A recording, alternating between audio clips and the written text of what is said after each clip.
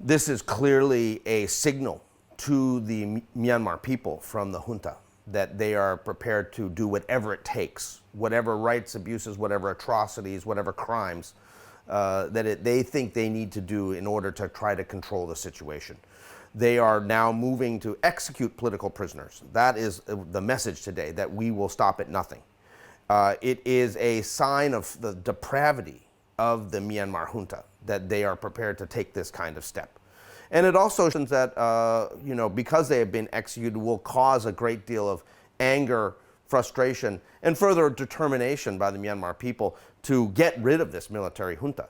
I think what we're seeing, because ultimately there is now a war going on between this military junta and the people of the country. People are no longer prepared to be ruled by this military junta, and this military junta is using absolute force to try to impose its will on the country. So as I said, we're really moving towards a civil war where the human rights situation is going to get much worse. What we have really seen over the past year is a level of disassociation from the international community. Pushing aside Myanmar, saying that there are other places like Ukraine or other spots that are more important. And they have allowed this situation to get much, much worse.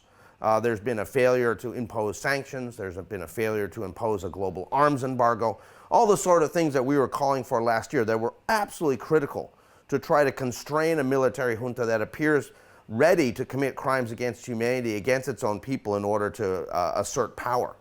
And again, nothing happened. Asian nations. But ASEAN has proved completely unable to cope with the challenge. I mean, ASEAN itself is split right down the middle on how to approach this problem.